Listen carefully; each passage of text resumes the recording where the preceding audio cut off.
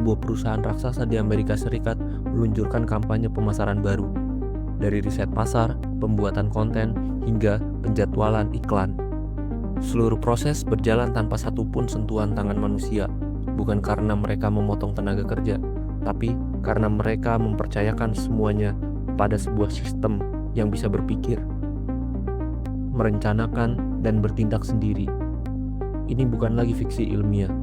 Ini adalah agentic AI, kecerdasan buatan yang mandiri, dan dia sedang mengubah segalanya. Bila AI generatif yang kita kenal seperti ChatGPT atau Midjourney hanya bisa menghasilkan konten berdasarkan perintah kita, agentic AI adalah sesuatu yang jauh lebih kompleks. Dia punya kemampuan 3 hal utama: merasakan lingkungan sekitarnya, merencanakan langkah-langkah yang perlu diambil, dan bertindak sesuai rencana itu. Ini yang kita sebut dengan konsep sense, plan, action. Agentic AI tidak perlu diperintah setiap langkahnya. Kalau kamu bilang ke AI generatif, bantu saya buat laporan penjualan, dia akan kasih kamu laporan. Tapi kalau kamu bilang ke agentic AI, tentukan strategi untuk meningkatkan penjualan 20% dalam 3 bulan, dia akan melakukan riset sendiri, analisis data dari sistem kamu, merencanakan langkah-langkah, bahkan mengusulkan perubahan pada proses bisnis kamu. Ini adalah DeepMiner, salah satu platform agentic AI yang sedang digunakan. Dalam hitungan menit, sistem ini menganalisis dari data CRM, sistem persediaan, dan laporan keuangan.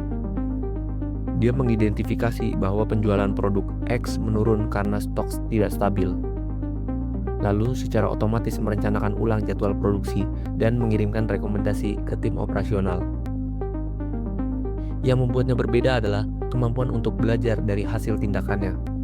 Kalau strategi yang dia rencanakan tidak berhasil, dia akan menyesuaikan pendekatannya sendiri, seolah-olah dia punya otak yang bisa berpikir mandiri. Perbedaan intinya sederhana: AI generatif menjawab pertanyaan, agentic AI menyelesaikan masalah.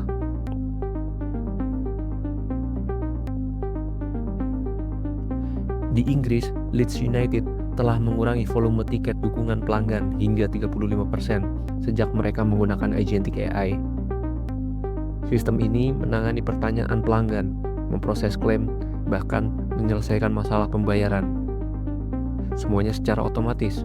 Tim dukungan pelanggan mereka tidak dihilangkan, melainkan fokus pada kasus yang lebih kompleks dan membutuhkan sentuhan manusia, seperti menangani keluhan khusus atau membangun hubungan dengan pelanggan setia. Perubahan tidak hanya terjadi di sektor bisnis. Di bidang kesehatan, rumah sakit di Singapura menggunakan agentic AI untuk memantau kondisi pasien secara real-time. Sistem ini mendeteksi tanda-tanda bahaya sebelum ada gejala yang jelas, lalu secara otomatis mengirimkan peringatan ke perawat dan merencanakan jadwal pemeriksaan tambahan. Hal ini telah membantu mengurangi kasus komplikasi pasien hingga 28% dalam setahun terakhir. Banyak orang khawatir agentic AI akan menghilangkan pekerjaan. Tapi, data dari berbagai lembaga riset menunjukkan yang telah terjadi adalah transformasi profesi. Beberapa pekerjaan yang berfokus pada tugas berulang memang akan berkurang, tapi munculnya peran baru seperti pengelola agentic AI, konsultan etika AI, dan spesialis integrasi AI yang semakin dibutuhkan. Peran manusia beralih dari melakukan tugas menjadi pengelola dan mengarahkan sistem AI untuk bekerja lebih baik. Pengelola agentic AI tidak perlu jadi ahli pemrograman. Tugas mereka adalah memastikan AI bekerja sesuai dengan tujuan perusahaan dan nilai-nilai yang dijunjung tinggi. Kalau ada keputusan yang tidak tepat, mereka bisa mengoreksi dan memberikan masukan agar sistem belajar dengan benar. Ini adalah peran baru yang menggabungkan pemahaman tentang bisnis dan kemampuan untuk bekerja dengan teknologi. Agentic AI tidak hanya ada di kantor, dia sudah mulai masuk ke dalam kehidupan sehari-hari kita. Salah satu contoh adalah aplikasi keuangan pribadi bernama FinPlan yang kini digunakan oleh lebih dari 5 juta orang di dunia. Setelah menghubungkan akun bank dan kartu kredit, sistem ini secara otomatis mengelola anggaran. Dia mendeteksi pola pengeluaran, memberikan rekomendasi investasi yang sesuai dengan profil risiko pengguna, bahkan membayar tagihan secara otomatis dengan memastikan tidak ada biaya terlambat.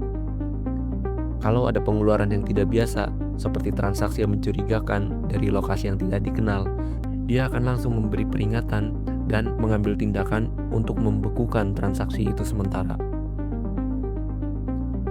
Banyak pengguna melaporkan bahwa mereka bisa mengatur keuangan dengan lebih baik setelah menggunakan aplikasi semacam ini. Beberapa bahkan berhasil mencapai tujuan keuangan mereka lebih cepat dari perencanaan awal, seperti memiliki uang muka rumah atau dana pendidikan anak, berkat sistem panduan yang diberikan oleh sistem agentic AI. Namun, dengan semua manfaatnya, agentic AI juga membawa tantangan serius yang tidak bisa kita abaikan. Pada tahun 2026, sebuah perusahaan di Jerman kehilangan lebih dari 5 juta euro karena kesalahan keputusan yang dibuat oleh sistem agentic AI mereka. Sistem tersebut salah menganalisis data pasar global dan membuat keputusan investasi yang tidak sesuai dengan kondisi aktual, yang akhirnya menyebabkan kerugian besar. Salah satu masalah utama adalah transparansi. Banyak sistem agentic AI bekerja seperti kotak hitam. Kita bisa melihat masukan dan keluaran, tapi tidak tahu bagaimana mereka sampai pada keputusan tertentu. Ini menjadi masalah besar ketika kesalahan terjadi. Siapa yang harus bertanggung jawab? Perusahaan yang menggunakan sistemnya, pengembang AI yang membuatnya, atau apakah ada tanggung jawab yang bisa diberikan pada sistem itu sendiri? Kita juga harus khawatir tentang privasi data. Agentic AI membutuhkan akses ke banyak data untuk bekerja dengan baik, mulai dari data kerja, data keuangan, hingga data kesehatan kita. Bagaimana kita bisa memastikan data itu aman dan tidak disalahgunakan untuk kepentingan lain? Ini adalah pertanyaan yang harus dijawab dengan baik agar masyarakat bisa mempercayai teknologi ini. Untuk mengatasi tantangan ini, negara-negara di dunia mulai membuat kerangka regulasi untuk agentic AI. Uni Eropa telah mengeluarkan undang-undang AI yang menetapkan aturan ketat tentang penggunaan sistem AI yang berisiko tinggi, termasuk agentic AI yang digunakan di sektor kesehatan, keuangan, dan pendidikan. Di Indonesia, Kementerian Komunikasi dan Informatika sedang menyusun peraturan yang sama untuk melindungi masyarakat dan memastikan perkembangan AI berjalan dengan baik tanpa menghambat inovasi. Masa depan agentic AI bukan tentang AI yang menggantikan manusia, tapi tentang AI yang bekerja sama dengan manusia untuk mencapai hal-hal yang tidak bisa kita capai sendiri. Kita perlu belajar untuk bekerja dengan sistem ini, memahami kemampuan dan batasannya, serta memastikan bahwa perkembangannya bermanfaat bagi semua orang, bukan hanya bagi segelintir kelompok orang yang memiliki akses teknologi. Bagi kita, sebagai individu, hal yang paling penting adalah kemampuan untuk beradaptasi. Kita perlu meningkatkan keterampilan kita di bidang yang membutuhkan kreativitas, empati, dan pemikiran kritis. Hal-hal yang sulit ditiru oleh AI. Kita juga perlu belajar tentang teknologi ini agar bisa mengambil keputusan yang tepat dalam menggunakannya dan tidak terjebak dalam kekhawatiran yang tidak perlu. Agentic AI adalah salah satu terobosan teknologi terbesar abad ini. Dia membawa perubahan besar di dunia kerja dan kehidupan kita. Perubahan yang bisa membawa manfaat luar biasa, tapi juga resiko yang tidak bisa kita abaikan. Pertanyaannya bukan lagi apakah kita akan menggunakan agentic AI atau tidak, tetapi bagaimana kita akan menggunakannya dengan bijak untuk menciptakan dunia yang lebih baik, lebih efisien, dan lebih adil bagi semua orang.